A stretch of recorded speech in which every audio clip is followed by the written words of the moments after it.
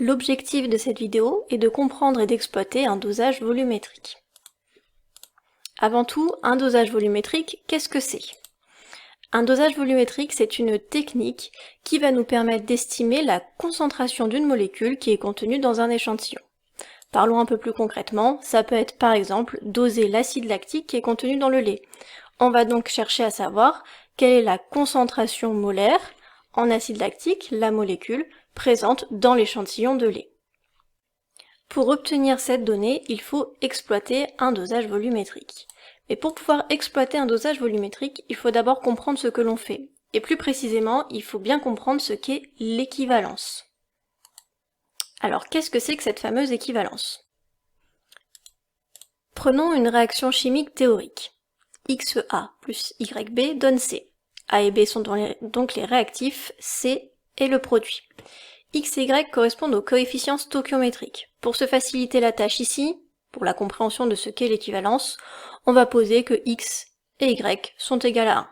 On peut donc réécrire notre réaction chimique plus facilement. 1A plus 1B donne 1C. Pour que ce soit un petit peu plus concret, prenons notre exemple de tout à l'heure. A, ça va correspondre à l'acide lactique que je souhaite doser dans le lait.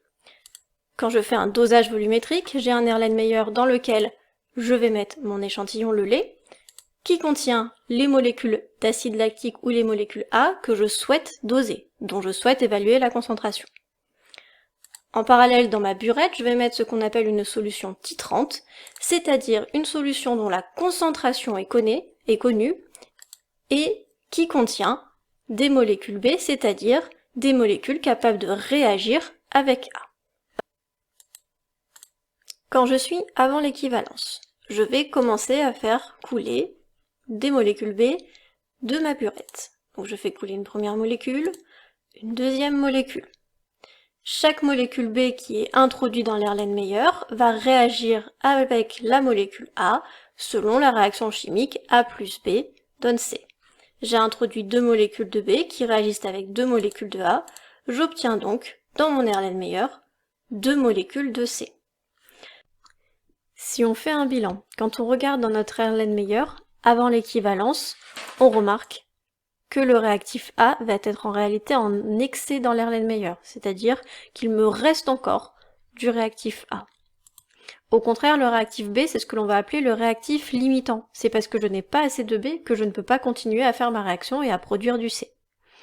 On va donc pouvoir dire que l'on a introduit une quantité molaire, donc une quantité de matière de B, qui est inférieure à la quantité de matière de A. Si maintenant j'essaye de me baser à l'équivalence. Pour arriver à l'équivalence ici dans notre exemple, il faut que je rajoute encore deux molécules de B.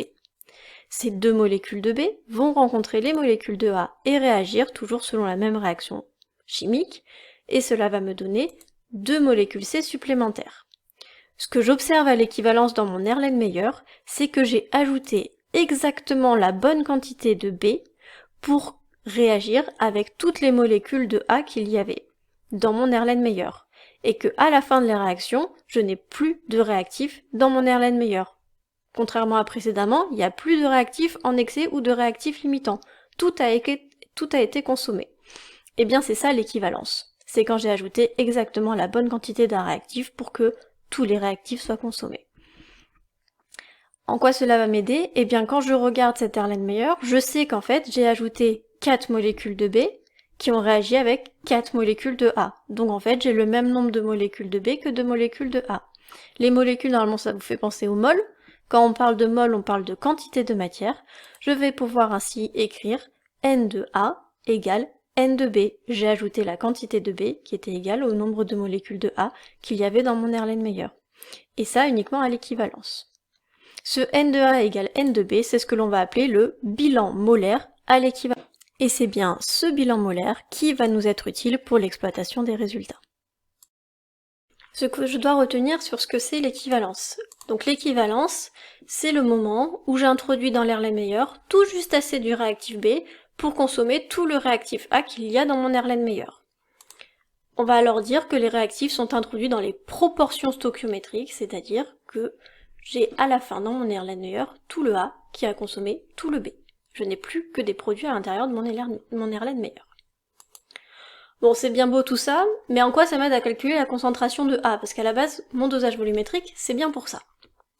Alors, comment je vais maintenant exploiter un dosage volumétrique alors que j'ai bien compris ce qu'est l'équivalence?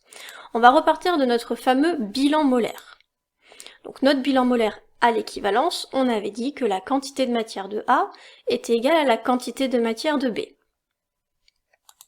Si je veux établir le modèle de mesure, c'est-à-dire l'équation aux grandeurs qui me permet de calculer la concentration en molécule A dans l'échantillon, il faut que je reparte de N de A égale N de B.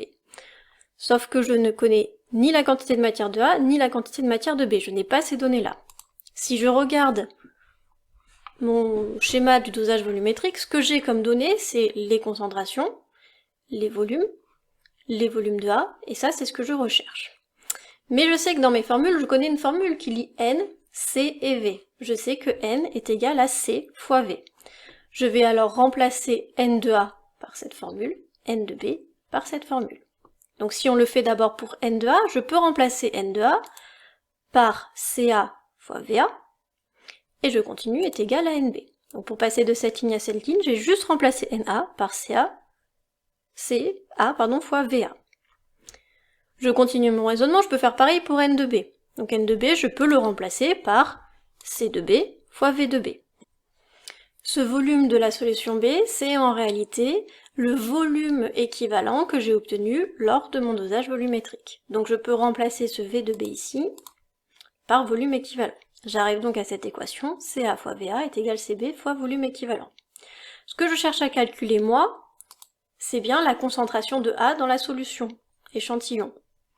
Donc quand je regarde ce modèle de mesure là, je veux isoler C de A, donc V de A étant trop, je vais le passer de l'autre côté du égal, il y a un fois ici, donc ça va devenir de l'autre côté, un divisé. Et ainsi j'obtiens l'équation aux grandeurs suivantes, la concentration de A dans la solution A, c'est bien la concentration de B, fois le volume équivalent, divisé par le volume de A que j'ai mis, donc par le volume de prise d'essai que j'ai pu mettre. Une petite remarque quand même, c'est que là on s'était basé sur une équation chimique qui était facile où il n'y avait pas de coefficient stoichiométrique. On se souvient, on avait dit que x et y ici c'était égal à 1.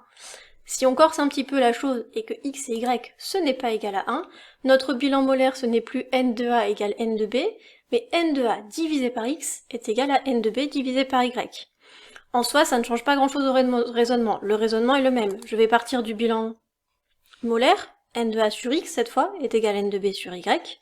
Je sais toujours que n est égal à c fois v, donc je fais pareil. Je remplace n de A par c fois v. Ça me donne c de A fois VA divisé par x est égal à c de B fois VB, donc voilà le volume équivalent, divisé par y. C'est toujours CA qui m'intéresse, donc il faut que je passe d'abord le x de l'autre côté, comme c'est un divisé, ça va faire fois x, le V de A de l'autre côté, comme c'est un fois, ça va faire divisé, et j'obtiens alors cette équation aux grandeurs. Si on fait un exemple avec 2A plus 3B donne 2C, ça nous fera NA sur 2 égale NB sur 3, je pars du bilan molaire, je remplace CAVA divisé par 2, CBVX divisé par 3, ce que je vais isoler c'est CA, j'ai juste à passer le VA et le 2 de l'autre côté, ce qui me donne CB fois volume équivalent fois 2 divisé par 3 fois VA. Ce que je dois retenir de la vidéo, la première chose c'est qu'un dosage volumétrique, son objectif c'est de déterminer la concentration d'un soluté dans un échantillon. L'échantillon c'est toujours la prise d'essai que je vais mettre dans mon Erlenmeyer.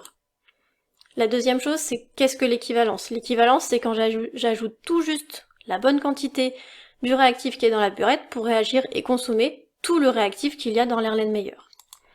Troisième chose, c'est que je dois être capable d'écrire le bilan molaire à l'équivalence si on me donne l'équation de la réaction chimique, si on me donne le fameux A plus B donne C.